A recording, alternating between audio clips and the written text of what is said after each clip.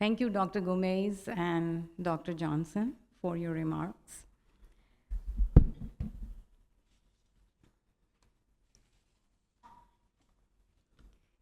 We are gathered here to bid farewell to the Ahimsa Center, what has been a landmark program on this campus for more than 2 decades.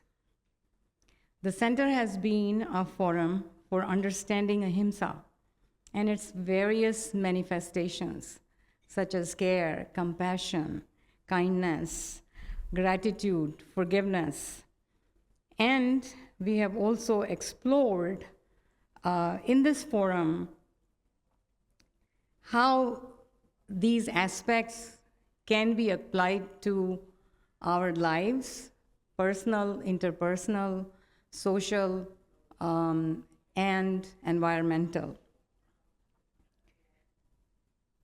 The center has attracted visionaries, thought leaders, scholars, and practitioners of Ahimsa, representing multiple fields of knowledge. Through its educational program, the center has seeded, cultivated, and nurtured the ethics of Ahimsa while critically exploring its continuing significance and examining its relevance for the world today that we live in. As the founder of the center and as its director for nearly 2 decades, bidding farewell to something that has been part of my life's journey is personally a bitter, sweet moment.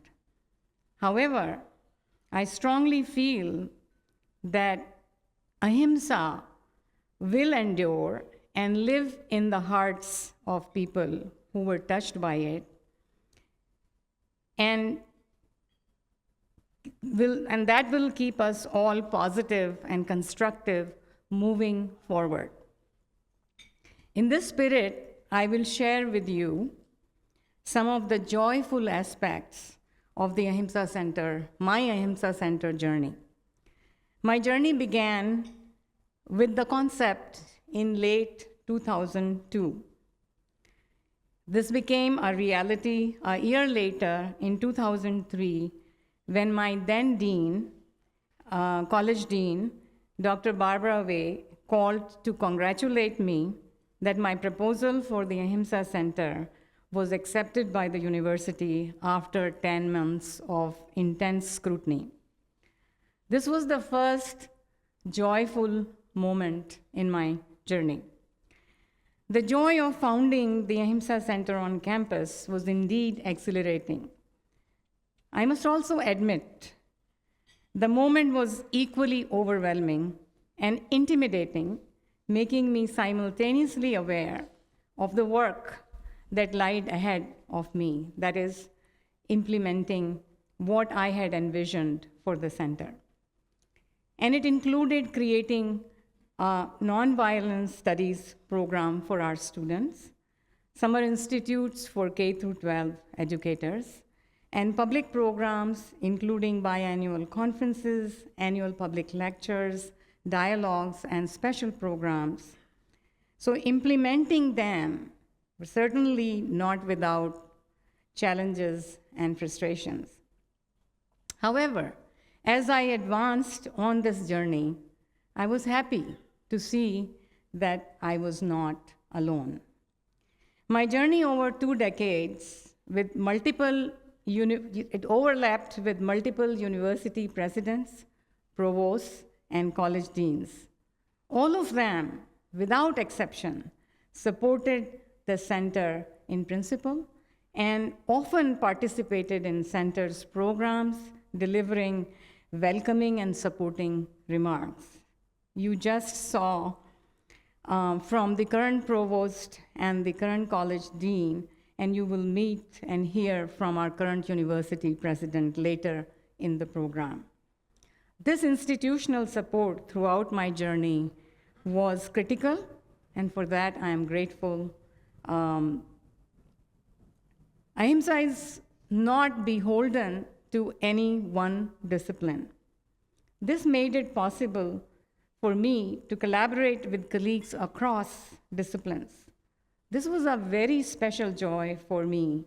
For example, my colleagues, Andrew Moss and Dee Dee Wills, who, by the way, are here today with us, collaborated in creating new courses for the interdisciplinary minor in nonviolence studies, which drew, and the program drew courses from history, English, political science, social work, dance, kinesiology, ethnic studies.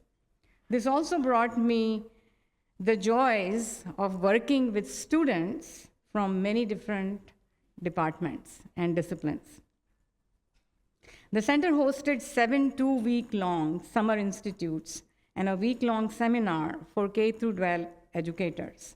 All of them, except one, were residential in nature, providing opportunities to educators to immerse themselves in the study of nonviolence, nonviolence movements, and their leaders while working with experts and scholars. In the course of directing and teaching, I had the distinct privilege and pleasure of working with more than 200 educators, aka Ahimsa fellows, who were selected to participate in these institutes from a pool of several hundred teachers drawn from all over the United States. They created lessons integrating nonviolence in their curriculum and adopted nonviolent pedagogies for their classroom management. Many of the Ahimsa fellows have joined us today.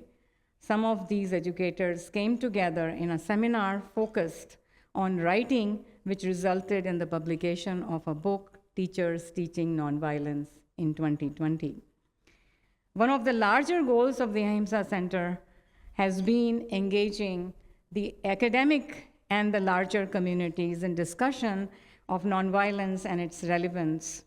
For this purpose, the center hosted 10 international conferences, scores of public lectures and dialogues, dozens of special programs, including workshops and concerts.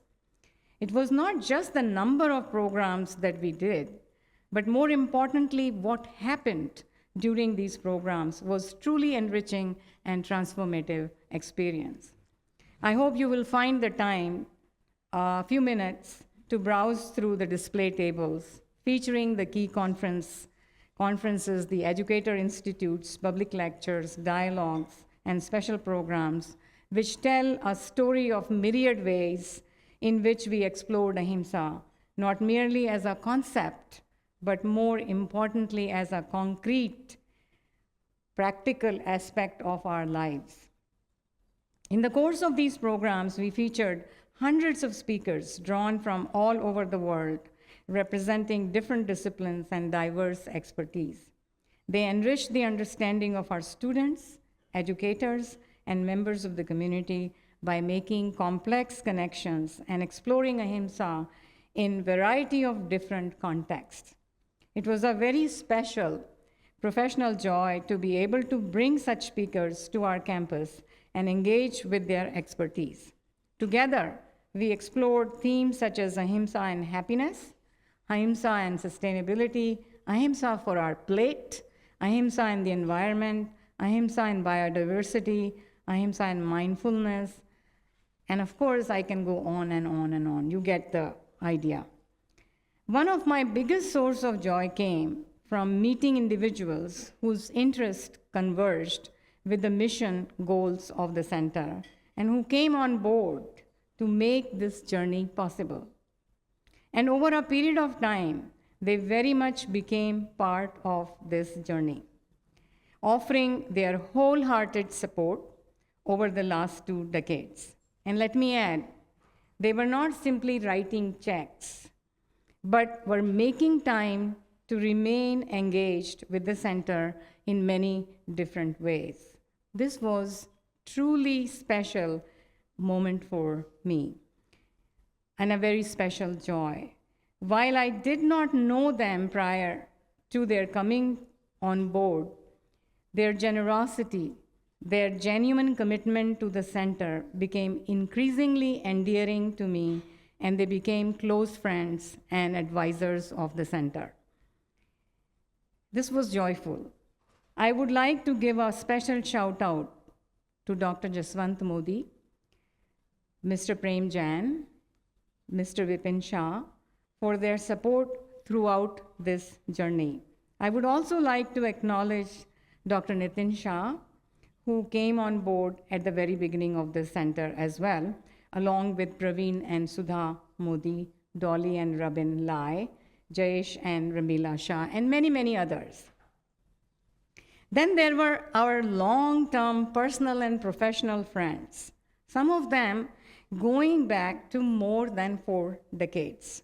Over the course of my Ahimsa Center journey, many of our personal and professional friends became donors, supporters, and friends of the center. This added a very special layer to our friendship, not just coming together for social occasions or for simply partying, but also coming together for a cause and purpose that became dear to their hearts. In this category, I would like to recognize Jagdish and Madhu Sheth from Atlanta, Vikram and Upma Budhraja, Harish and Sunila Daga, Romesh and Kathy Wadhwani, James O'Toole, Malti and Shankar Narayan, Pradeep and Meenakshi Iyer, all of whom we have known for more than 4 decades. Many other friends also came on board, including Ratan and Madhu Baid, Jeff Smith, Sanjay and Harshada Kucheria, and several others. In this manner, the center came to have more than 50 donor families from California and beyond. And while all are not able to join us today, I would like to ask all our donors present here to please rise and give me the opportunity to recognize you publicly and for your support. Please, all the donors, come on. You should be proud of what you have done. All the donors. I still don't see everybody. Come on.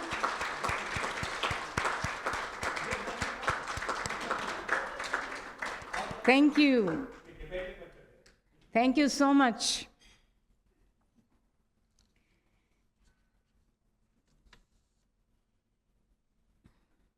Many of the local community and several of the colleagues from different disciplines, including from science and physics, became members of the center and contributed their time and effort serving in various committees and participating in conferences and other programs of the center.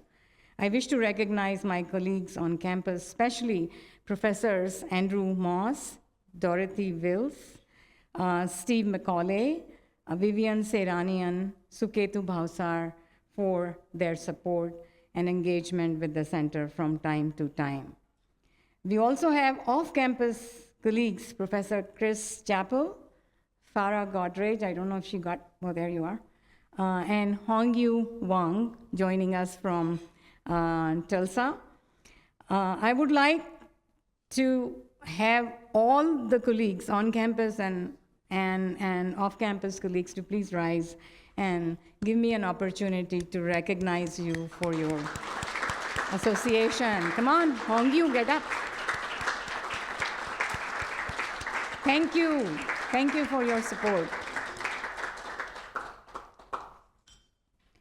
The growing Ahimsa community also included our distinguished Ahimsa fellows, who not only engaged with the center, but also continued to share what inspired them about nonviolence with their students and brought Ahimsa to their classrooms, both in terms of content and pedagogies.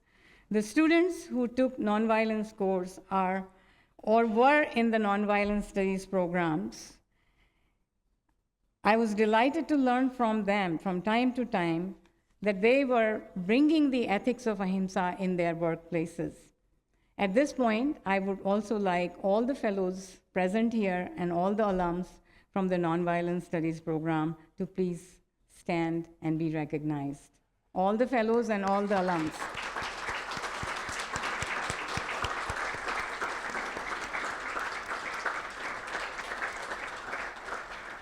Thank you. Finally, what made my journey whole? worthwhile, meaningful, and even comfortable was the unwavering and unconditional support of my life partner, Nirmal, who became a fellow traveler in this journey. Without,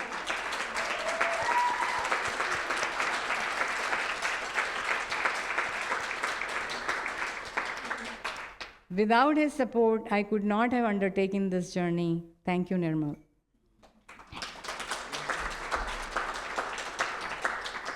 And thank you to our audience today. Many of you have come to our many programs over the last 20 years. And it will be too many names if I start taking them. But I want to recognize Morris and Jenny Bishop, who always join us from Santa Barbara. Can you? I know that Ahimsa and its sweetness will continue to live in the hearts of people who came in contact with it, notwithstanding the center's absence from the campus. I will look forward to hearing from you all about the ways in which we can build on the legacy of the Ahimsa Center. Let us also explore creating a digital space as a forum for our continued dialogue and discussion. I want to conclude my remarks with a slideshow of pictures reminding us of some joyful memories. And in that, you will see, no, I don't know how to get out of it.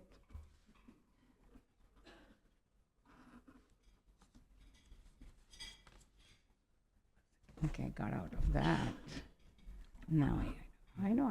Yahan jana hai na? Where is my stuff? There it is. Yeah. Okay, I got it. I got it.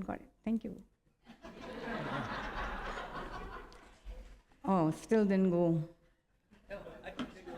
No, but it is doing it? Okay. So you will first see a sampling of speakers. We had hundreds of speakers. You will see a sampling of speakers first. You will see the engaged audience. You will see the university leadership, becoming engaged. You will see our fellows engaged in the work and our students. So this is on autopilot. It will take another 3 minutes, and I hope this will conclude on time so I don't delay the program.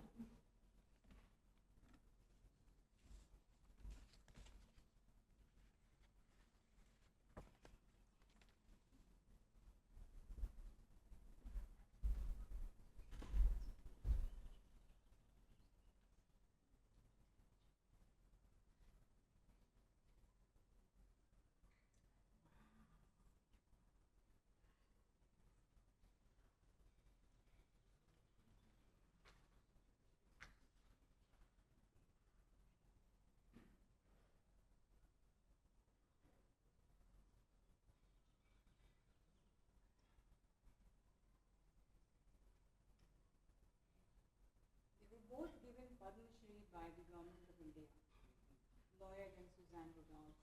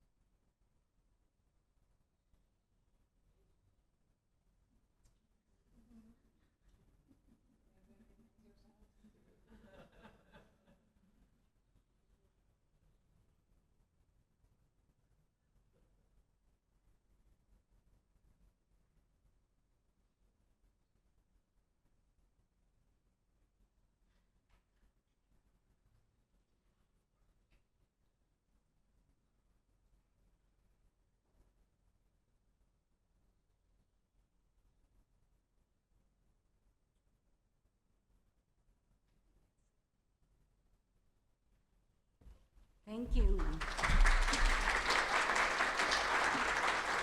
Hi, everyone. Come on.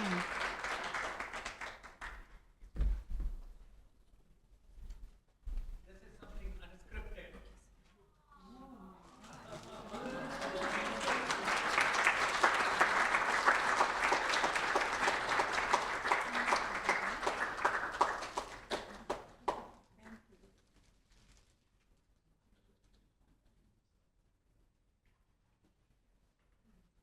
Let me take 2 seconds to acknowledge this